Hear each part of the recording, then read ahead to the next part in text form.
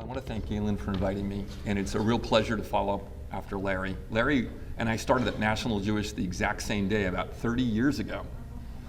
And Larry was a brand new attending, and I was a brand new fellow. And he had a lot of dogma, one of which was always use a blue background. So I'm going to stick with Larry's dogma. I assumed that he'd have a blue background. I'd like to build upon the basic science by looking at the lessons learned about pharmacotherapy in asthma, by thinking about the science and applying it to clinical medicine. And we're going to really build on personal medicine. Now, I want to talk a minute about my potential conflicts, because I think they're important in this talk. I'm going to share with you work on tezepelumab. I am the chair of adjudication for that program. We're going to look at some omalizumab. I was a PI in the pivotal trial. We're going to talk about mepolizumab. I am on the DSMB. And also, I'm on the DSMB for dupilumab. So I'm equally conflicted. And lastly, I'm going to show you an NIH study about to begin, and I'm in that NIH study also. So I'm conflicted with everything I'm going to show you, but equally so, I like to think. So Larry shared with you that we have a paradigm of care, and I just want to build upon this for a minute. When we think about asthma, we stratify it into 4 categories, anywhere from intermittent to severe persistent. And we come up with these categories based upon symptoms, nighttime awakening, beta agonist use, lung functions, objective measures. We call that impairment. Then we also look at risk. Am I having exacerbations? And it's interesting. You would think the two correlate, but they don't always correlate. And that's a phenotype of asthma we need to better understand, but worth mentioning. Once we've determined the strata of severity, we then move to talk about therapy.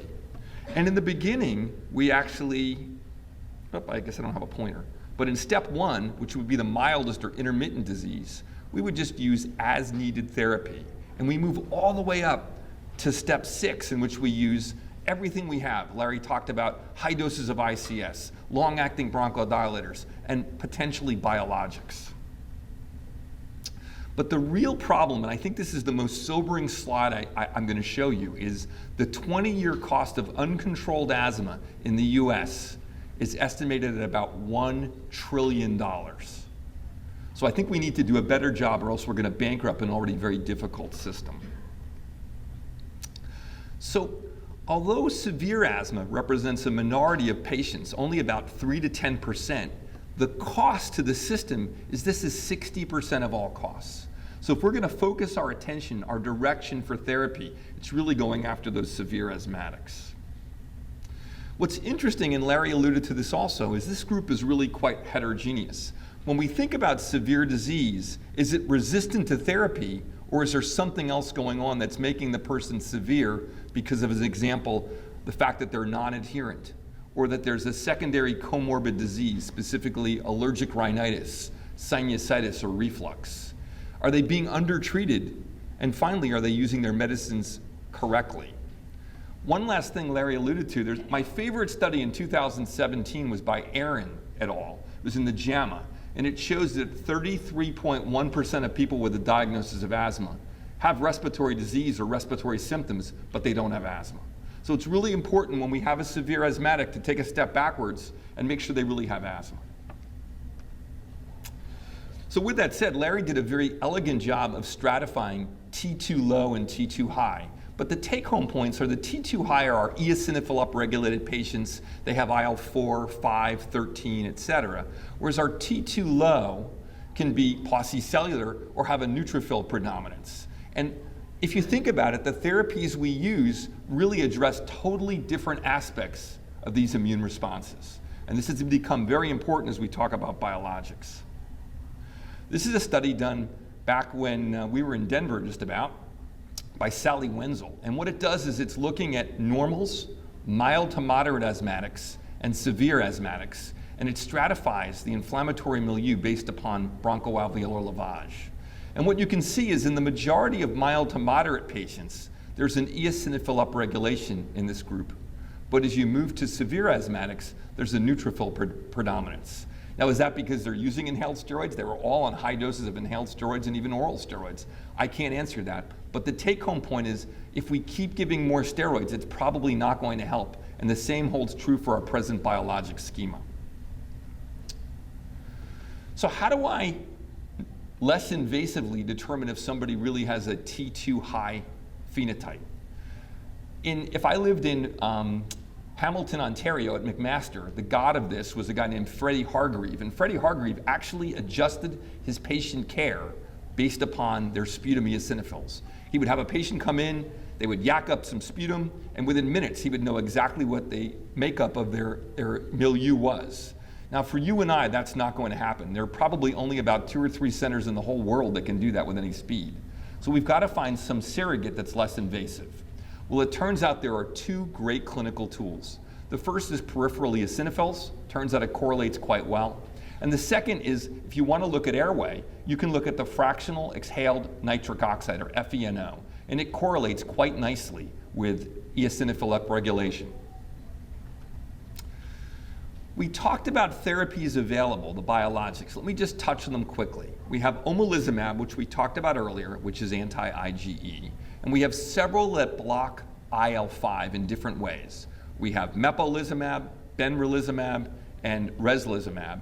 And finally, we have one that blocks the IL-4 alpha receptor, which means in essence it's blocking IL-4 and 13, and Larry showed you elegantly some of the work on dupilumab. So let's look in more detail clinically at these. Again, reminding you, because I'm really going to focus on the dupilumab story because I think it's an interesting one and it's the newest approved biologic. It's pleiotropic in its effect. Larry showed you it downregulates mast cells, ultimately downregulates the eosinophils. But I think what's interesting is the IL-13 component may affect, and there's some preliminary data, may affect downstream remodeling of the lung, airway smooth muscle, etc. So I think this is really exciting because so far, by the way, all of the agents we have no significant impact long-term on asthma. As scary as it sounds, if I stop my medicine, I'm going to get back to baseline, number 1. And number 2, even using these medicines, we get scarring of the lung over time, and we don't know why. So just to begin, this particular agent was approved as add-on maintenance therapy in adults and adolescents 12 and above with moderate to severe eosinophilic phenotype. Let me share with you a couple clinical studies. The first is by Mario Castro. It's a randomly assigned 1,900 patients 12 and above with uncontrolled asthma who receive either dupilumab 200 or 300 milligram every 2 weeks. This was a 2B study. And the primary endpoint was the annualized rate of severe asthma exacerbation, as well as the absolute change in FEV1. And they also looked secondarily at stratifying based upon eosinophil baseline characteristics.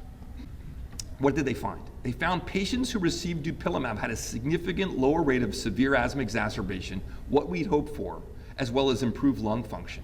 But what's interesting, and we're going to build upon this over and over again, is it really was based upon baseline levels of eosinophils in the blood.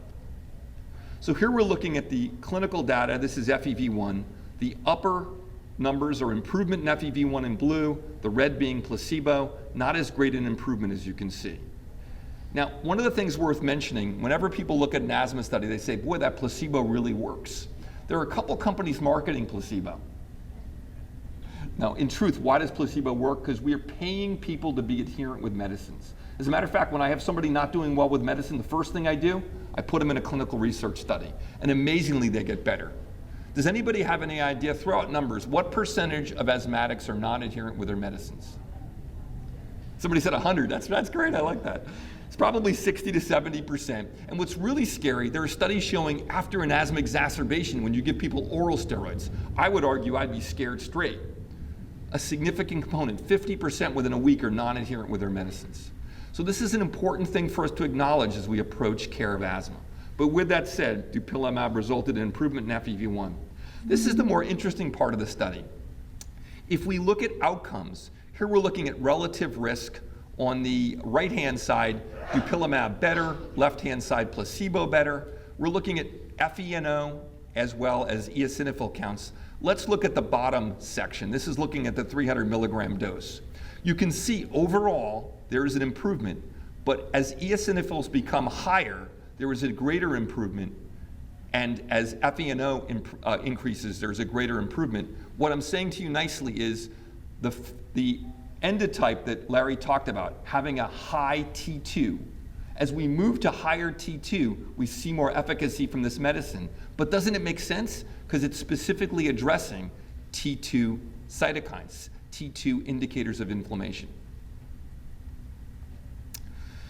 I mentioned before comorbidities. What about allergic rhinitis? That's a very similar phenomena. That's a T2 high phenomena. So looking at the exact same study, Weinstein et al. Did a post hoc analysis stratifying people with allergic rhinitis and non-allergic rhinitis. And here we're looking at one of their endpoints, which is the SNOT-22. By the way, for those that don't know what SNOT-22 is, I should go back. SNOT-22 is the sino-nasal outcome test. It looks at 22 aspects of rhinitis. Allergists can't take claim to this. This is an ENT thing. I give them a lot of credit. Those ENT guys really cut right to the heart. But SNOT-22 is truly the endpoint we look at. Kids love this one. But in any event, I think you can see that people with allergic rhinitis had significant improvement in their SNOT-22 as well as the components, whether we're looking at rhinorrhea, sneezing, obstruction. And it makes sense because, again, T2 high is involved in allergic rhinitis. Even further, what about sinusitis? If anything, that's a super T2 high disease in the case of nasal polyposis with chronic sinusitis. I'm showing you a biopsy, and look at the bottom, mast cells and eosinophils. If I showed this to you, would it matter whether it's upper or lower airway? In the lower airway, I'd probably call this asthma. In the upper airway, I'd probably call this chronic sinusitis with nasal polyposis. So again, T2 high, mast cells and eosinophils, does this medicine work? So there were two studies that ran parallel, Liberty Sinus 24 and 52. This was a 24-week study and a 52-week study looking at mepolizumab, again 300 milligrams every 2 weeks, in patients that had bad sinusitis. They were requiring oral steroids or endoscopic sinus surgeries. And what they did was they looked at several endpoints. They looked to see was there an improvement in polyp score, nasal congestion, and then finally, for those that don't play in sinusitis, there's actually a scoring tool that can be used to look at the severity of CAT scan abnormalities called the Lund-Mackay CT scores. To cut to the results, I think you can see in the upper panel, we're looking at nasal polyps in the 24 and 52-week study. You can see significant reduction when using dupilumab. Likewise, if we look at nasal congestion, again, significant improvement, blue active therapy versus red placebo. Not surprisingly, the CAT scan scores also significantly improved. So I'm sending you a message. If you identify the correct patients, you can really see efficacy.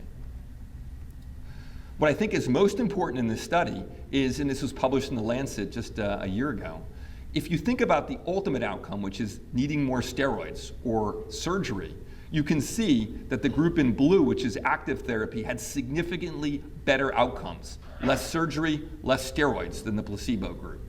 So again, especially in people with comorbid sinusitis and asthma, what a wonderful therapy, and that you could kill two birds with one stone. To be fair and balanced, I should mention that the IL-5 receptor blockers, mepo, benra, reslizumab, also have data that show that they help sinusitis, and many of them are developing this and doing trials with the FDA in an attempt to get this approved for sinusitis. So there'll probably be more than one biologic available. So let me share with you the last study of dupilumab, and I think this is the most helpful to me, and that's the RABE study. What do you do in people that are requiring oral corticosteroids? They looked at 210 patients who really required oral daily steroids, and they added dupilumab. They then adjusted the dose to find how much they could taper the medicine, placebo versus active therapy. And what did they find? They found that the percentage change in glucocorticosteroid doses, you can see in the graph, was reduced by 70% in the Dupi group versus about 42% in placebo. What I think is more impressive is that 80% versus 50 were able to reduce the dose by 50%, 69 versus 33 were able to reduce less than 5 milligrams, and 48 versus 25 could completely discontinue oral steroids. That's powerful. But let me build upon that. Beyond the fact that they're able to reduce the steroid dose, they found 59% less exacerbation rate. So they're able to reduce steroid and at the same time have better outcomes. That's really pretty impressive. But now let's really get sobered. What does this medicine or these medicines cost? Do you look at these prices? Anywhere from $31,000 to almost $39,000+ per year. This is far too expensive for our system. I already showed you that we're going bankrupt. What are we going to do with biologics?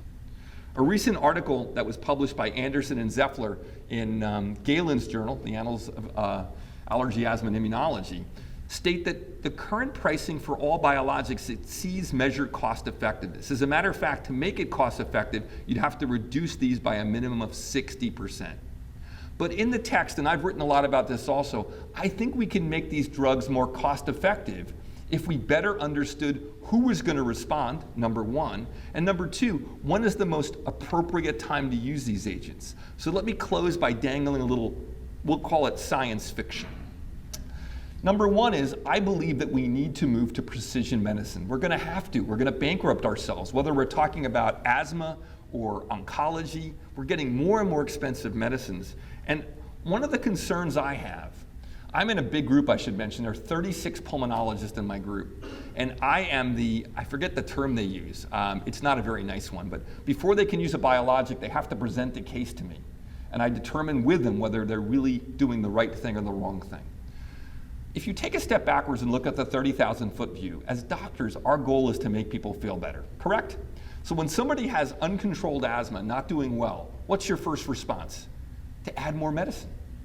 And what biologics teach us, I mean, Larry did a beautiful job of sharing with us. If I'm a T2 low, I can give all the medicines I have. It's not going to work. As a matter of fact, probably in the T2 low, we didn't talk about it. We have no therapies. I'll show you a hope in the end.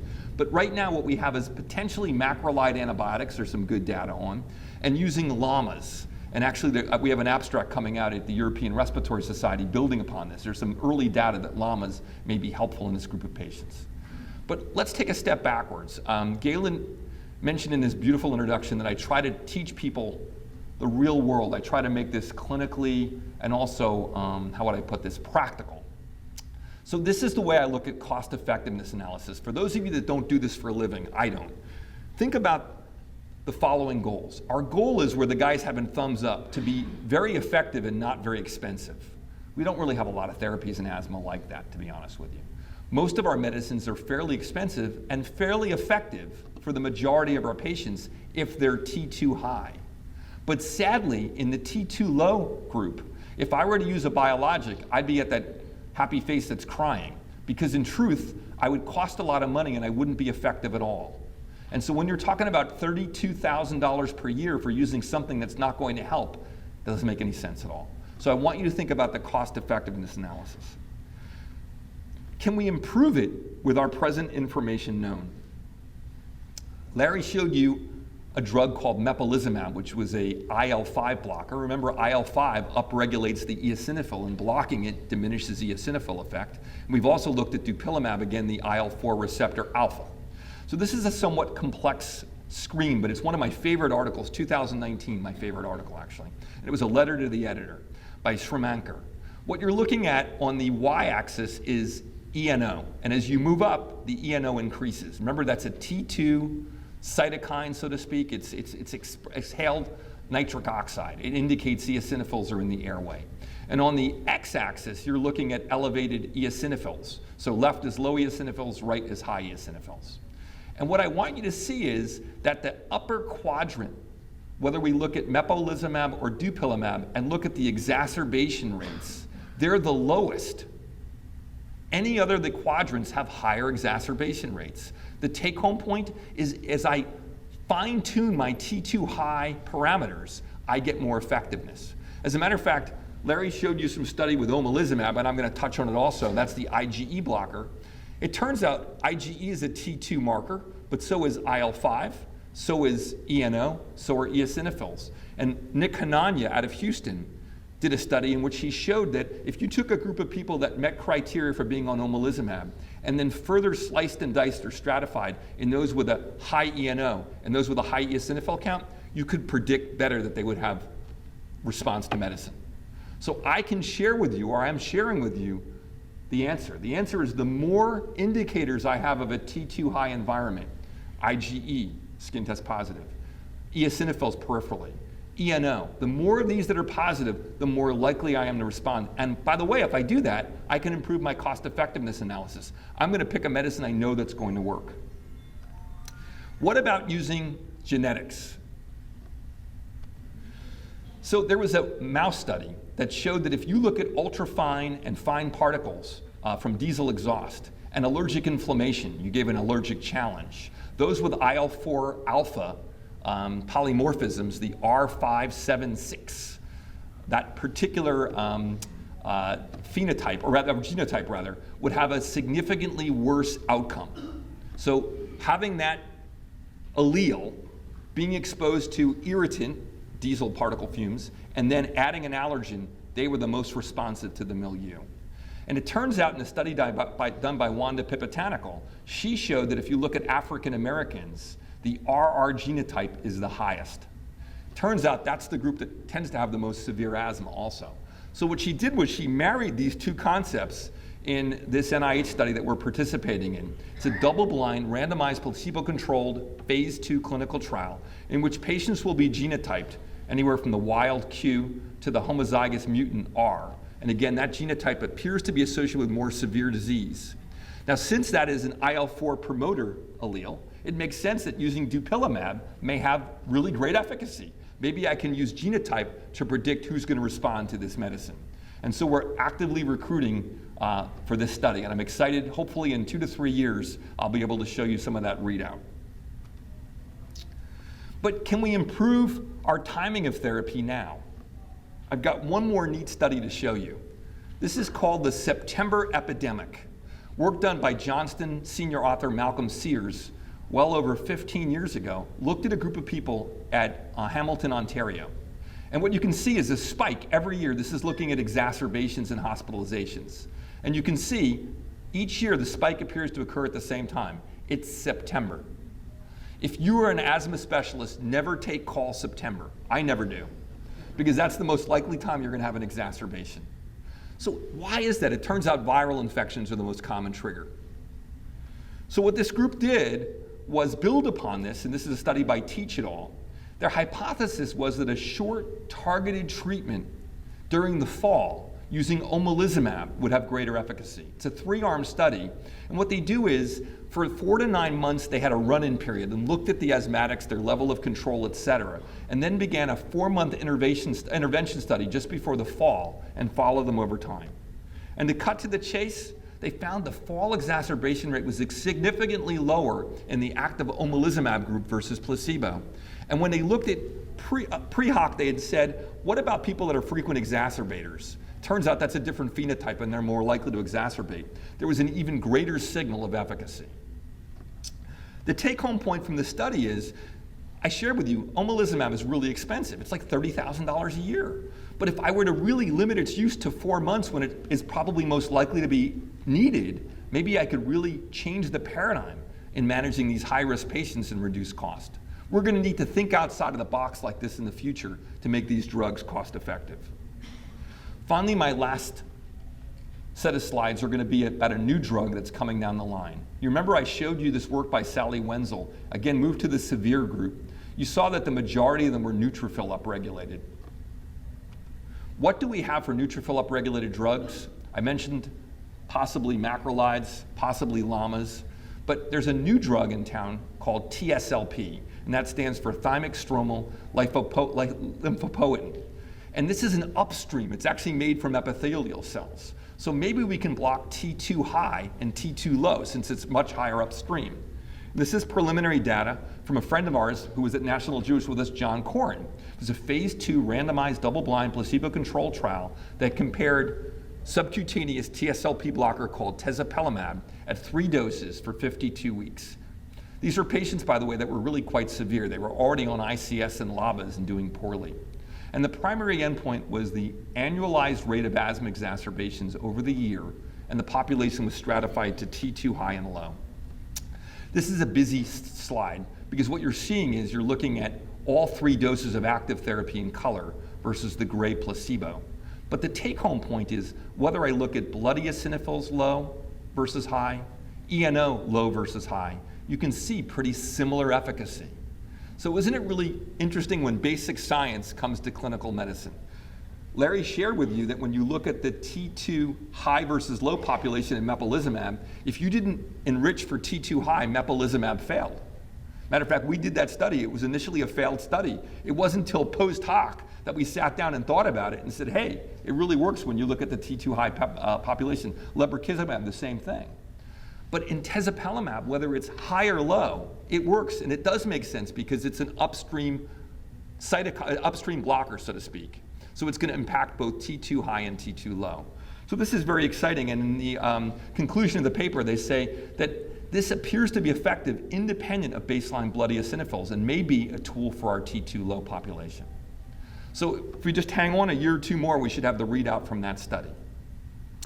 Until then, I think we need to be honest with what we have in our armamentarium, and we need to personalize our care for asthmatics. Specifically, I pointed out severe asthma is really quite costly. Before I consider a biologic, I feel my pulse. I say, is the patient non-adherent? I shared with you that you all came up with 60 to 70%. There was a beautiful article in Chest by a fellow named Peter Barnes, a very famous asthma doctor, who stated that possibly biologics are our therapy for non-adherence. And he argues that we're very good at giving a carrot, this really expensive medicine, but we have absolutely no stick. And in the future, as we think about the cost of medicine, we need to think about a stick, and I agree with him. We need to also treat comorbidities. I can tell you that treating sinusitis and reflux and allergic rhinitis, all of these have been shown to impact the overall control of asthma. We also need to think about the phenotype of the asthmatic. Because an asthmatic's doing poorly doesn't mean we should move to a biologic. We should only move to a biologic in the appropriate asthmatic that's doing poorly. We also want to think possibly about thinking outside the box, not using these medicines all year, but in snippets of time when it's most likely to see an exacerbation. If we don't use biologic agents in a personalized way, we will definitely bankrupt the system. So I leave you with that thought, and hopefully you feel empowered. You can catch lightning like this gentleman. Okay, well, thank you very much.